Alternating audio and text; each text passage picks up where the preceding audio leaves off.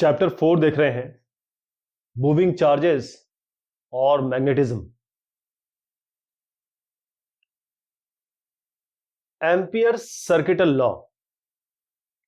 हमने electric field के संबंध में लाइन इंटीग्रेशन देखा था। अब ये मैग्नेटिक फील्ड में भी किया जा सकता है कि नहीं किया जा सकता है। I1 से लेकर I6 तक यहां करंट है, सबकी अलग अलग डायरेक्शन है।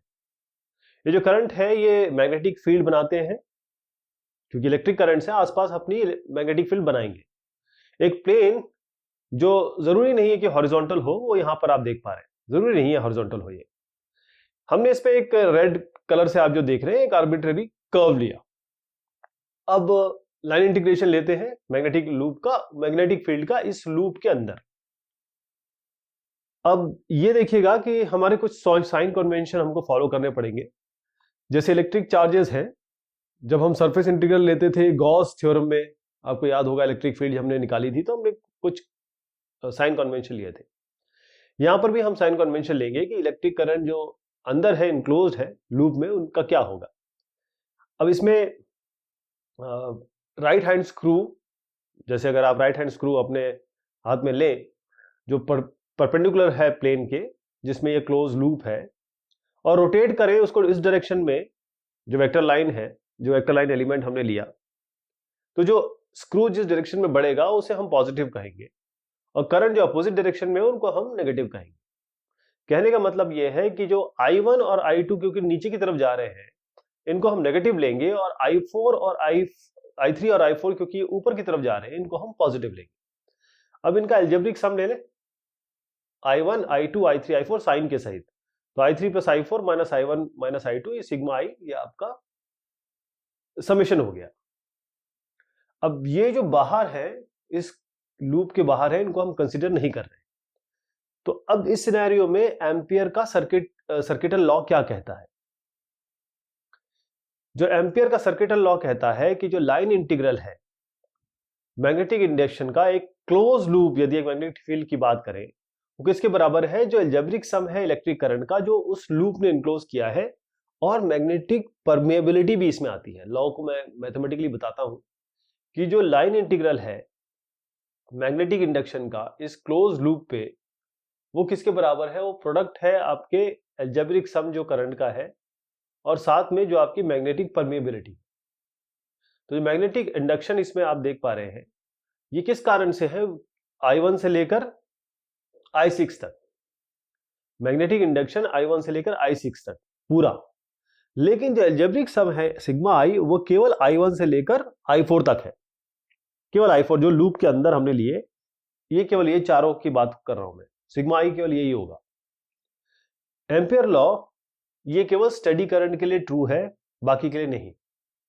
तो जैसे स्टैटिक इलेक्ट्रिसिटी में बात की थी हमने, इलेक्ट्रिक फील्ड जो सिमेट्रिक चार्ज डिस्ट्रीब्यूशन है उसको हम गॉस लॉ से निकाल सकते हैं। जो इंटेंसिटी है मैग्नेटिक फील्ड की, अगर सिमेट्रिक करंट डिस्ट्रीब्यूशन है, उसको हम एम्पियर लॉ से निकाल सकते हैं। तो गॉस लॉ जो आपका इलेक्ट्रिक फील्ड में है, वही एम्पियर लॉ आपका मैग्नेटिक फील्ड में है।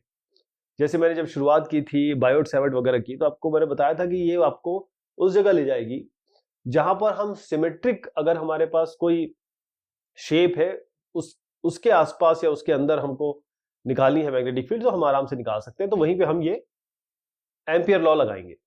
तो गॉस लॉ और एम्पियर लॉ ये एक पिलर समझ लीजिए, मैक्सवेल थ्योरी के 4 पिलर में से 2 बेसिक पिलर है। तीसरा जो पिलर था वो magnetic field line close loop का, और चौथा जो था वो आपका डिस्प्लेसमेंट करंट का कॉन्सेप्ट था। तो एम्पियर लॉ आपका लाइन इंटीग्रल फॉर्म है बायोट सेवर्ट लॉ का। समझिएगा, एम्पियर, क्योंकि मैंने शुरुआत की थी बायोट सेवर्ट लॉ पे ये कह के कि ये उस तरीके का है जैसे गॉस लॉ है, तो ampere law line integral form है बायोट सेवर्ट लॉ का, राइट? जैसे गॉस लॉ किसका है? गॉस लॉ आपका इंटीग्रल फॉर्म है कूलॉम लॉ का।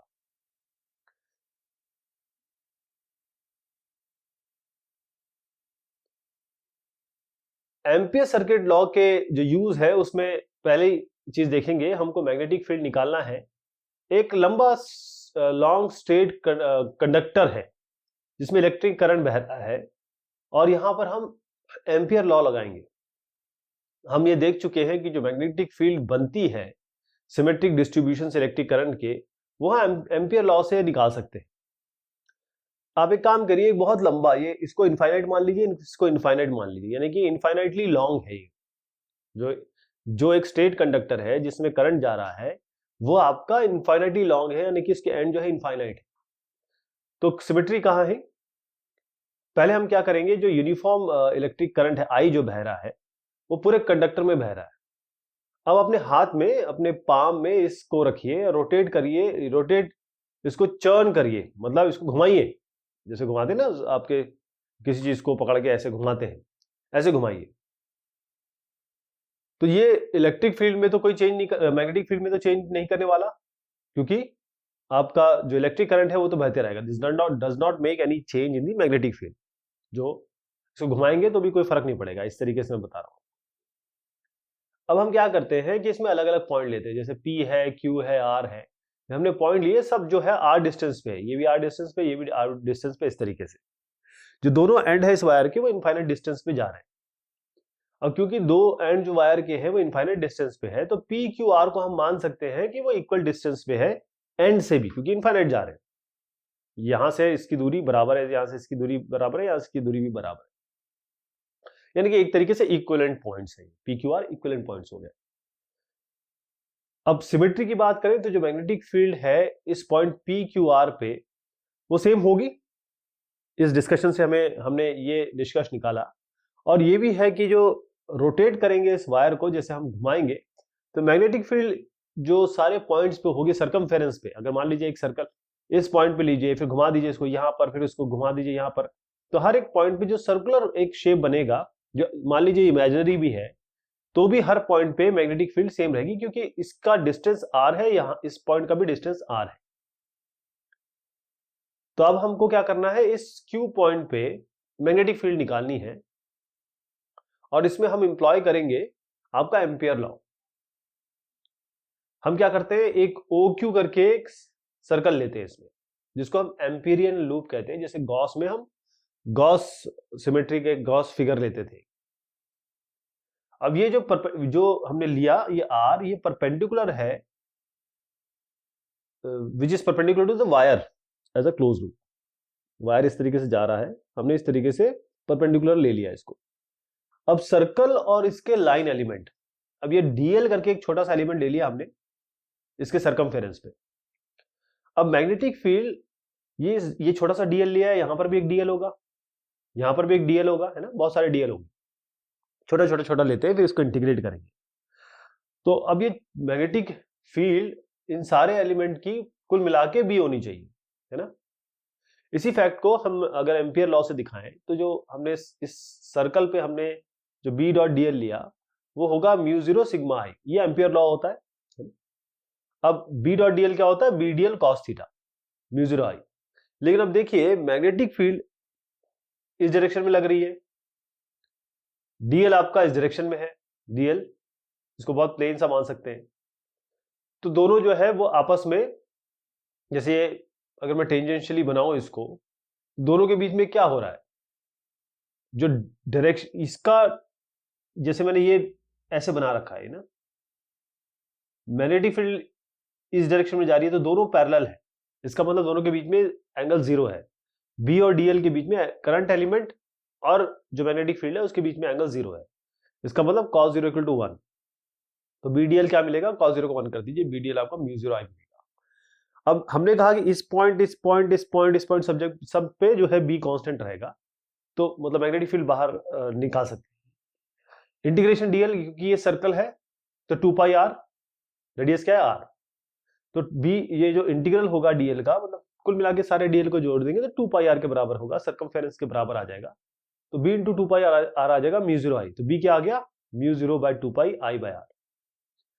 तो यहां पर जो करंट है यहां पॉजिटिव आ रहा है, और ये जो इक्वेशन है ये मेन इक्वेशन है, और बी जो है इस केस में वो इनवर्सली प्रोपोर्शनल है रेडियस के। किसके प्रोपोर्शनल है, रेडियस के। इस पॉइंट पे ले तो आर है, किसी और पॉइंट पे ले तो कैपिटल आर है, जो आर के हिसाब से वेरी कर रही है। तो कहने का मतलब है बी इनवर्सली प्रोपोर्शनल है रेडियस के, आप जब बाहर जाएंगे कंडक्टर के, इस कंडक्टर के बाहर थे ना, यहां पर इस जगह पे तो बाहर थे, तो ये आ गया आपका। अब आप कहें कि हमको कंडक्टर के अंदर लेना है, जो कंडक्टर है उसके बाहर तो हमने ले लिया यहां पर, अब हम अंदर लेना चाहते हैं, इसके सरफेस पे लेना चाहते हैं, तब क्या होगा? अब जो रेडियस है इस वायर का, मान लीजिए वो a है, तो हम मैग्नेटिक फील्ड चाहते हैं किसी डिस्टेंस r1 पे नापे जो r1 a से कम हो, यानी कि इधर से इधर तक जाए, ये r1 हो और ये पूरा यहां से यहां तक a हो, यानी कि रेडियस तो a हो और यहां से यहां तक हम अंदर की तरफ नापना चाह रहे हैं। तो यहां पर भी हम एक एम्पीरियल लूप ले सकते हैं अंदर की तरफ, जो यहां पर देख रहे हैं। एक अंदर की तरफ भी तो ले सकते हैं, ये अंदर की तरफ हो गया, इसका डिस्टेंस कितना हुआ? ये r1 और रेडियस इसका पूरा है जो अंदर की तरफ है उसका a है। तो इसमें ये समझिए कि अगर पूरे में, जैसे I करंट बह रहा है पाई a स्क्वायर पे, तो कितना करंट बहेगा IE, कितना करंट बहेगा पाई r स्क्वायर पे, पाई r1 स्क्वायर पे, मान लीजिए r1 माना ना, तो यूनिट मेथड से हमें पता चल जाएगा कि IE होगा I by pi a square, ये पूरे पे है, और इतने में क्या होगा? पाई r1 स्क्वायर से मल्टीप्लाई कर देंगे, जो कि यहां आप देखें।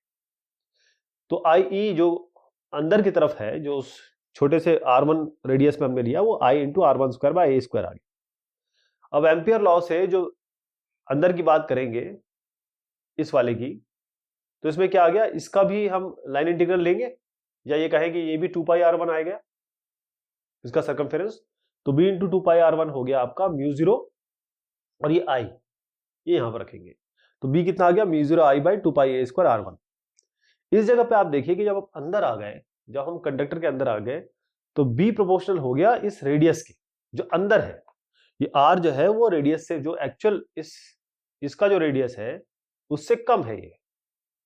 तो जब ये r जो भी अंदर की तरफ लिया है उस एक्चुअल रेडियस जो वायर का उससे कम है, तब जो मैग्नेटिक फील्ड है वो डायरेक्टली प्रोपोर्शनल हो गई r से। यानी कि जब अंदर हुए तो डायरेक्टली प्रोपोर्शनल हुई r से, जब बाहर गए तो इनवर्सली प्रोपोर्शनल हो गया 1/r से। तो इसमें क्या बना कि अगर r ग्रेटर देन a है तो b इनवर्सली प्रोपोर्शनल है r से, अगर r लेस देन a है, यानी कि हम अंदर है वायर के, बाहर है तो ये हो जाएगा, अंदर है तो ये हो जाएगा। अब ये भी कंडीशन तो बन सकती है कि अगर हम इस a को r मान लें, तो अगर r और a, मतलब अगर आप सरफेस पे आ गए तो जो मैग्नेटिक फील्ड है वो मैक्सिमम होगी, बस ये समझ लीजिएगा। तो यहां पर इसको देखिए, अगर हम ये r और b के हिसाब से चलते हैं कि रेडियस के हिसाब से b कैसे वेरी करता है, तो शुरुआत में ये जैसे ही आप अंदर से बाहर की तरफ जाएंगे, मतलब इस जगह से यहां तक जाएंगे, तो आपको स्ट्रेट लाइन मिलेगी। फिर आप और आगे बढ़ते, यहां पर मैक्सिमम हो जाएगी, यहां मैक्सिमम हो जाएगी, फिर और आगे जाएंगे तो ये इस तरीके से डिक्रीज होगी। ये इसका मैग्नेटिक फील्ड B का किसी डिस्टेंस r अगर सेंटर वायर से ले तो ये फॉर्मेशन रहेगा। अब कंडक्टर जब फाइनाइट लेंथ का है, हमने कहा कि A और B हमारे पॉइंट हो गए, ये वायर कंडक्टर है और इसका जो लेंथ है वो फिक्स्ड है, तो इसके लिए हम डायरेक्ट आपको फॉर्मूला बताएंगे। यहां पर जो फॉर्मूला है B का, अब इसमें बनता है B equal to mu zero by 4 pi I by Y sine theta 1 plus sine theta 2 के। इसमें क्या क्या चीजें आई हैं देखिए, y जो है अगर हमको P पॉइंट पे निकालना है, ये एक स्ट्रेट वायर है जिसकी फाइनाइट लेंथ है, मतलब फिक्स लेंथ है, इनफाइनाइट नहीं है ये। तो यहां से यहां तक की जो दूरी है, परपेंडिकुलर डिस्टेंस, वो y हो गई। थीटा 1 और थीटा 2, ये थीटा 1 थीटा 2, ये एंगल वो है जो ये परपेंडिकुलर सबटेंड कर रही है इसके एंड्स पे, क्योंकि वायर फाइनाइट लेंथ का है। तो ये इसका फॉर्मूला होगा।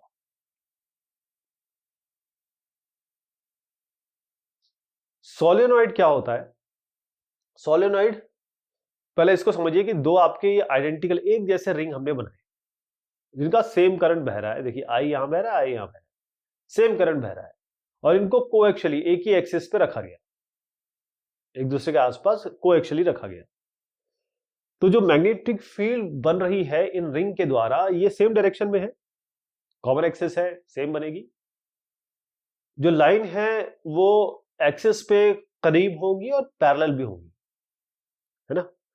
यानी कि अगर हम जो रिंग्स हैं जिसको हम इनफाइनाइट नंबर कह रहे हैं, ये बहुत करीब अगर हम ले आए, एक दूसरे के बहुत करीब करीब ले आए, तो जो करंट पास होगा वो सेम डायरेक्शन में होगा। ये देखा गया है कि जो रिंग के अंदर है, जो फील्ड लाइंस हैं, वो इक्वल डिस्टेंस पे आएंगी एक दूसरे से, एक्सिस को ले, और मैग्नेटिक फील्ड आपकी यूनिफॉर्म बनेगी। लेकिन जो मैग्नेटिक फील्ड है, दो कॉन्जिक्यूटिव रिंग्स ये म्यूचुअली अपोजिट डायरेक्शन में होंगी बाहर की तरफ। इसका मतलब ये एक दूसरे को मल्टीप्लाई करेंगी। इसका मतलब ये हुआ कि जो मैग्नेटिक फील्ड है बाहर की तरफ, इस जगह पे बाहर की तरफ की बात कर रहा हूं, वहां जीरो हो जाएगी। तो सोलेनोइड एक ऐसा डिवाइस है जो इस सिचुएशन को हमने रियलाइज किया, तब ये सोलेनोइड बना। ये इसके पीछे बैकग्राउंड है। तो एक हेलिकल शेप जिसमें बहुत सारे टर्न्स होते हैं और इंसुलेटिंग कॉपर वायर के, इसको हम सोलेनोइड कहते हैं। लॉन्ग और शॉर्ट दोनों सोलेनोइड होते हैं। जब लेंथ सोलेनोइड की बहुत ज्यादा हो उसके रेडियस से, तो सोलेनोइड को हम लॉन्ग सोलेनोइड कहते हैं। अगर हमको मैग्नेटिक फील्ड निकालनी है लॉन्ग सोलेनोइड के, तो हम एम्पियर का सर्किट टर्न लॉ लगा सकते हैं। तो इसको लगाते हैं। ये आपको जो फिगर है ये क्रॉस सेक्शन दिखा रहा है, एक लंबा सा सोलेनोइड है। अब ये आपके जो स्क्रीन देख रहे हैं उसके ऊपर रखा है ये। अब इसकी डायरेक्शन देखिएगा कि कौन सी कहां जा रही है। ये जो क्रॉस आपको बता रहा है ये डायरेक्शन है करंट का, जो अंदर की तरफ जा रहा है, इस स्क्रीन से अंदर की तरफ जा रहा है, राइट। और ये जो डॉट आप देख रहे हैं ये डायरेक्शन है कि करंट स्क्रीन से निकल के आ रहा है, क्योंकि वायर ऐसा है तो ऐसे ही बनेगा ना। अगर यूं जाएगा तो ऊपर से वो निकल के आएगा, तो ये इस डायरेक्शन में होगा, यहां इस डायरेक्शन में होगा, ऐसा डायरेक्शन बनेगा। अगर हमको मैग्नेटिक फील्ड पता करना है, मान लीजिए एक पॉइंट कोई ले लीजिए, जो ये एस जो अंदर है सोलेनोइड के, तो हमको मैग्नेटिक फील्ड पता करनी है कि अंदर क्या बन रही है।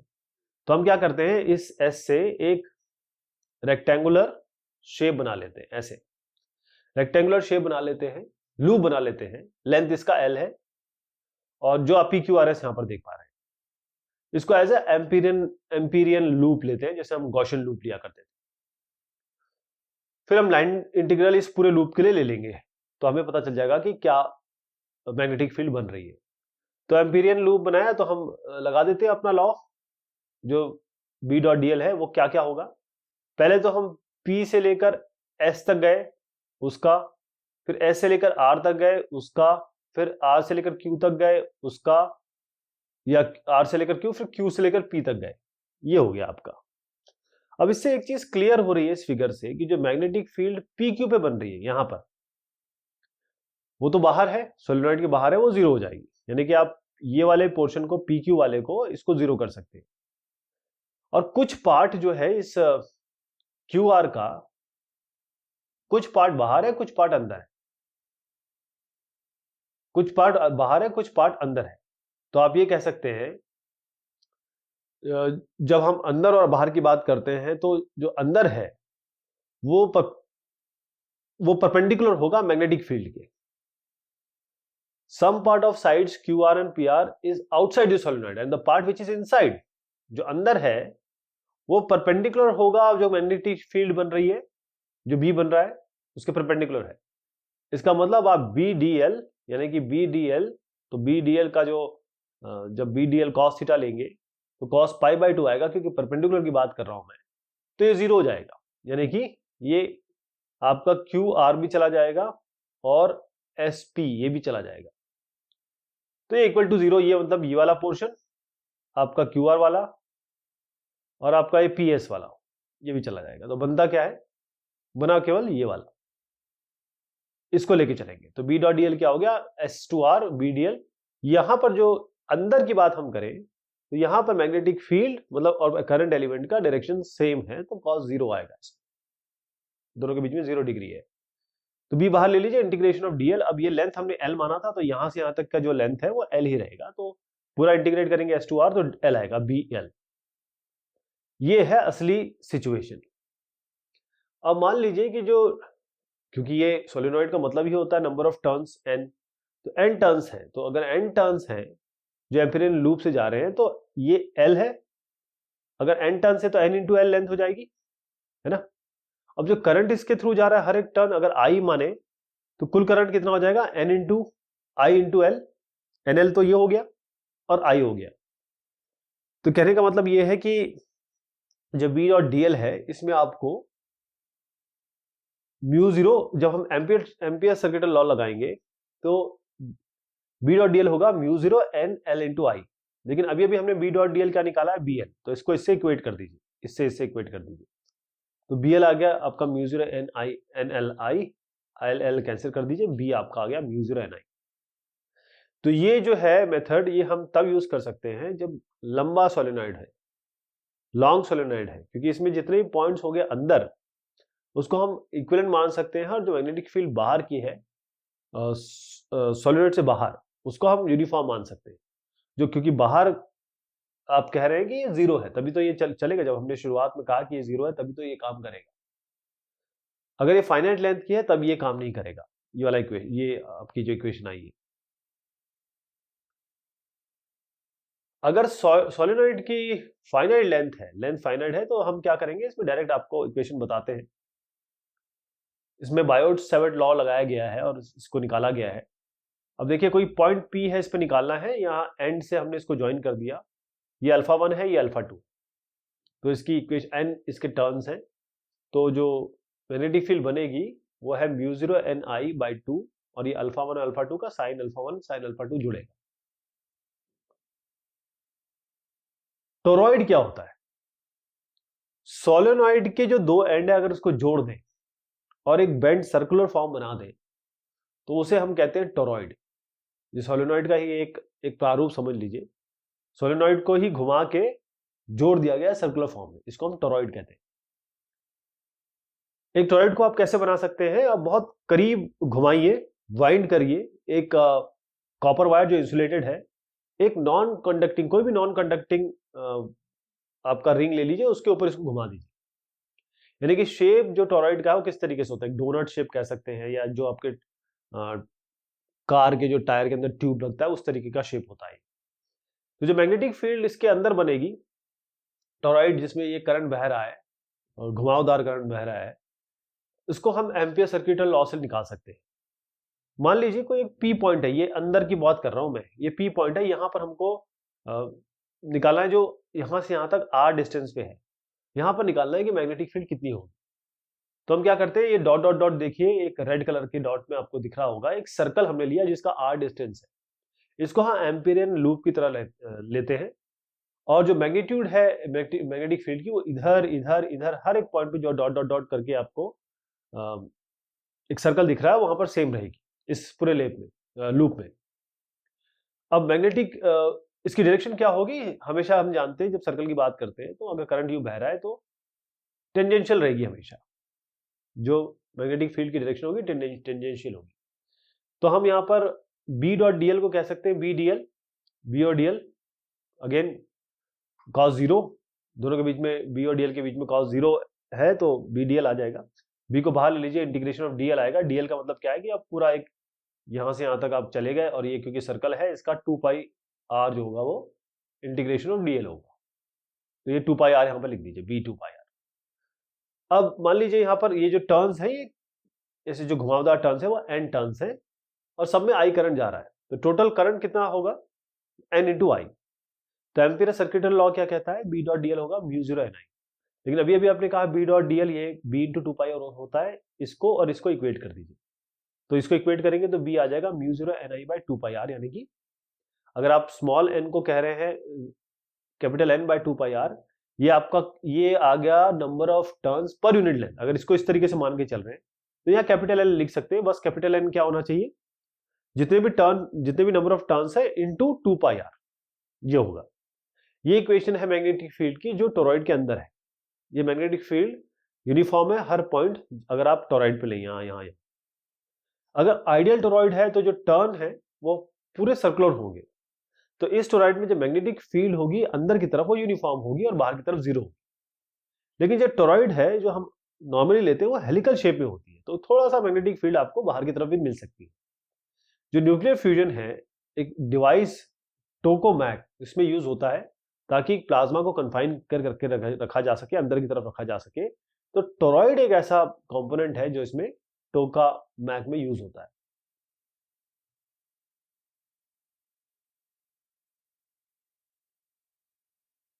अब हम फोर्स निकालना चाहते हैं एक करंट कैरिंग वायर में जो मैग्नेटिक फील्ड में रखा हो। जैसे ही ऑर्स्टेड साहब का जो ऑब्जर्वेशन आया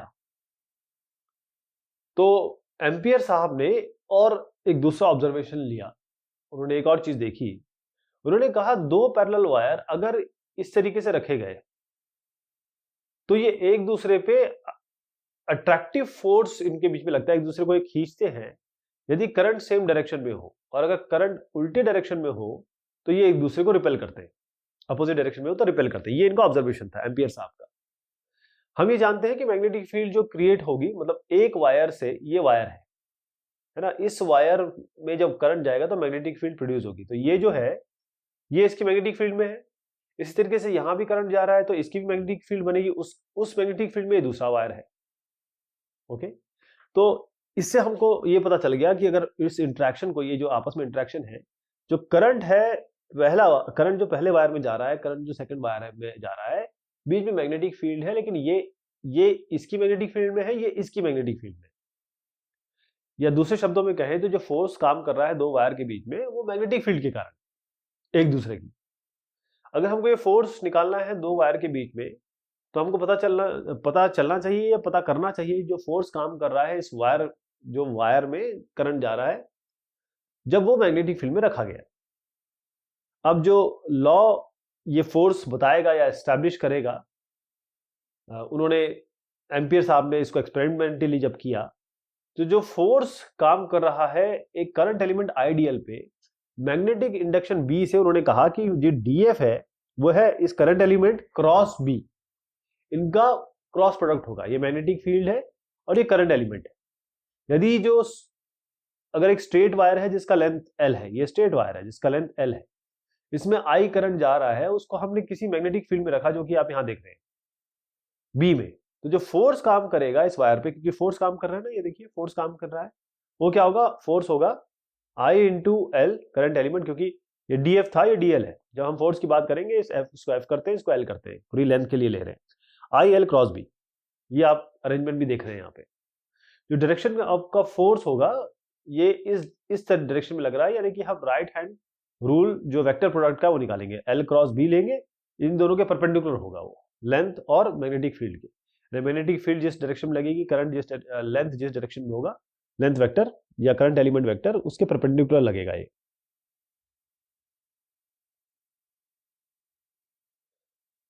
फोर्स दो पैरेलल करंट कैरिंग वायर्स के बीच में क्या लगेगा। अब दो आपके पास, एक ये है एक दूसरा ये है, दो वायर्स हैं जिसमें करंट बह रहा है, पैरेलल है एक दूसरे के, एक्स एक्सिस के, इनके बीच में दूरी है y। तो जो मैग्नेटिक फील्ड किसी डिस्टेंस y पे पहले कंडक्टर के कारण क्या होगी, समझिएगा। पहले कंडक्टर के कारण मैग्नेटिक फील्ड क्या लग रही है, वो v1 मान लीजिए, u0/2 पाई, करंट i1 बह रहा है बाय y और k वेक्टर। ठीक, अब जो स्ट्रेंथ है इस फील्ड की वो हर पॉइंट पे सेम होगी, क्योंकि दोनों पैरेलल हैं और ये आपका इस जगह पे इस z डायरेक्शन में जो फील्ड है वो z डायरेक्शन में होगी, इसीलिए हमने इसको एक वेक्टर भी लगाया हुआ है। अब जो फोर्स काम कर रहा है दूसरे वायर पे, इस वायर पे, इस लेंथ, इसके लेंथ के कारण, वो क्या होगा, F2 होगा I2 into L cross B1, क्योंकि ये इसकी मैग्नेटिक फील्ड में, ये इसकी मैग्नेटिक फील्ड में है, यहां पर करंट इसमें भी बह रहा है, लेकिन तो फोर्स क्या लगेगा, I2 इंटू एल, हम कह रहे हैं कि इसकी मैग्नेटिक फील्ड में है, तो I2 into L cross B1।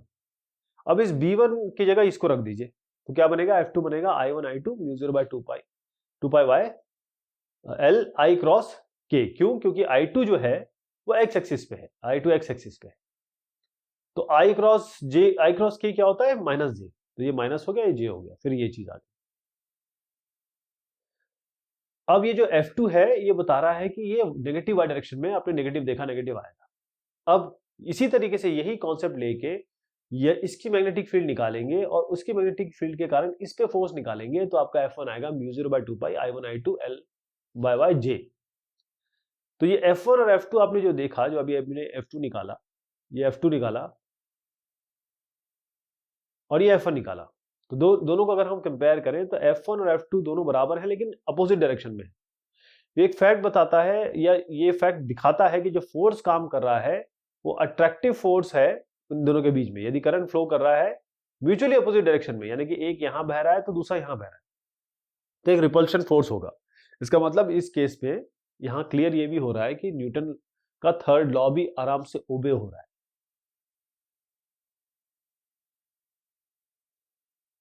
Ampere की डेफिनेशन क्या है? यदि हमारे पास इस इक्वेशन को लेके चले हम, F equal to minus mu 0 by 2 pi I1 I2 L Y J बार, J वेक्टर यूनिट वेक्टर है वो। तो अगर इसमें हम I1 और I2 को रख दें 1 एम्पियर, जो डिस्टेंस है दो वायर के बीच में हमने कहा कि 1 मीटर है, लेंथ है जो है आपका 1 मीटर, तो जो फोर्स बन रहा है वो होगा म्यू 0 बाई 2 पाई, 1 1 1 हो गया ना, बाकी सब 1 1 1 हो गया, म्यू 0 बाई 2 पाई यानी कि 2 इंटू 10 की पावर माइनस 7। तो ये जो फैक्ट है यही डेफिनेशन है एसआई यूनिट की बात करें एक एम्पियर करंट का, यानी कि जो मैग्नेटिक फोर्स काम कर रहा है पर मीटर लेंथ, दो इनफाइनाइट वायर लॉन्ग वायर है जो पैरेलल है एक दूसरे के और डिस्टेंस 1 मीटर पे है वैक्यूम में, और जिनमें दोनों में करंट बह रहा है 2 इंटू 10 की पावर माइनस 7 न्यूटन, तो जो करंट पास हो रहा होगा इनके बीच में वो होगा 1 एम्पियर। ये इसकी डेफिनेशन है। इस फिगर में एक ये लंबा वायर जा रहा है जिसमें करंट बह रहा है I1, ये y डायरेक्शन में है। एक और आपका कंडक्टिंग वायर है जिसकी लेंथ है L, यहां से लेकर यहां तक L है इसकी लेंथ, इसमें करंट बह रहा है I2, इसको x एक्सिस के डायरेक्शन में रखा गया, और यहां से यहां दूरी है इसकी और इसकी दूरी है a। आपको टॉर्क निकालना है जो इस वायर पे काम कर रहा हो इसके रिस्पेक्ट में, O के रिस्पेक्ट में।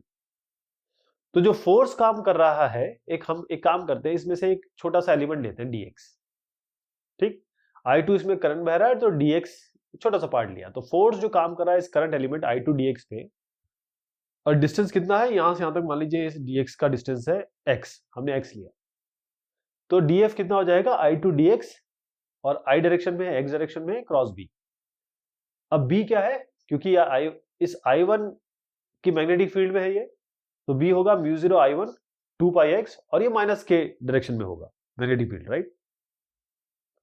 जो मैग्नेटिक फील्ड है वो इसके कारण मैग्नेटिक फील्ड क्या बन रही है इस x डिस्टेंस पे जहां पर dl रखा हुआ है वो हमने निकाला।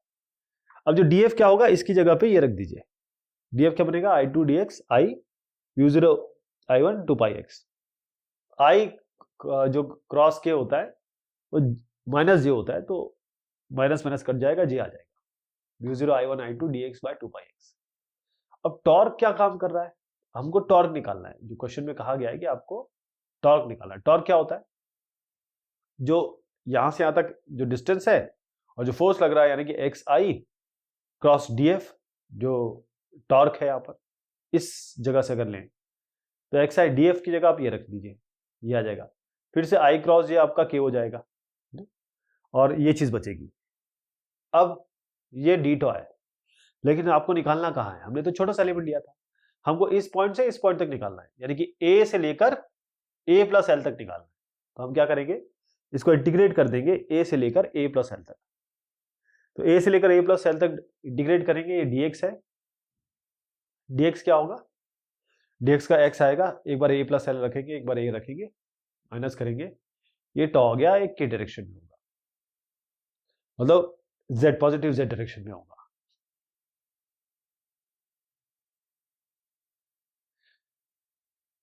इस फिगर में एक स्ट्रेट वायर है PQ, ये PQ है, इसका लेंथ दिया है 2 मीटर, इसमें 4 एम्पियर का करंट जा रहा है, और ये यहां से यहां तक दूरी है इसकी 4 मीटर, इससे दूरी, एक बहुत लंबा वायर है, एक बाइनाइट समझ सकते हैं, इसके बीच में दूरी है 4 मीटर की, ये 4 मीटर है। आपको फोर्स निकालना है इस वायर PQ पे, जो तब जब इस वायर पे करंट बह रहा है 4 एम्पियर। तो न्यूटन का थर्ड लॉ ऑफ मोशन देखेंगे तो जो फोर्स एग्जर्ट किया जाएगा छोटे वायर द्वारा इस लॉन्ग वायर पे वही सेम फोर्स होगा जो ये बड़ा वायर छोटे वायर पे कर रहा होगा। तो बेटर ये रहेगा कि हम जो फोर्स है इस छोटे वायर पे जो काम कर रहा है वो हम निकालें। मान लीजिए इस छोटे वायर पे, क्योंकि ये इसकी मैग्नेटिक फील्ड में रखा हुआ है, इसकी मैग्नेटिक फील्ड में ये रखा हुआ है, तो जो मैग्नेटिक फील्ड है इस छोटे वायर पे इस बड़े वायर के करंट वो क्या होगी, B इक्वल टू, क्योंकि करंट इस यहां बह रहा है इसकी मैग्नेटिक फील्ड में है, तो mu 0 I by 2 pi y, यहां से यहां तक डिस्टेंस है। ओके, ये जो n कैप है यूनिट वेक्टर है B के डायरेक्शन, जो भी डायरेक्शन में B होगा उसके डायरेक्शन में।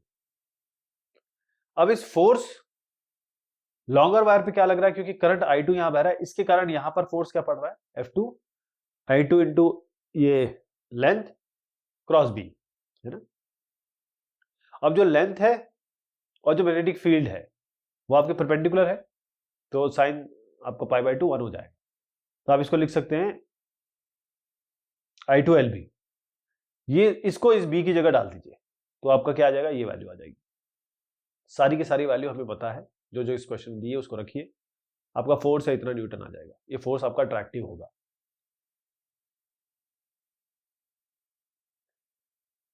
एक वायर है यहां से लेकर यहां तक, इसमें करंट जा रहा है I, इसको इस स्क्रीन पे रखा गया, प्लेन ऑफ पेपर पे रखा गया, एक मैग्नेटिक फील्ड है इंडक्शन B, इसको अप्लाई किया गया।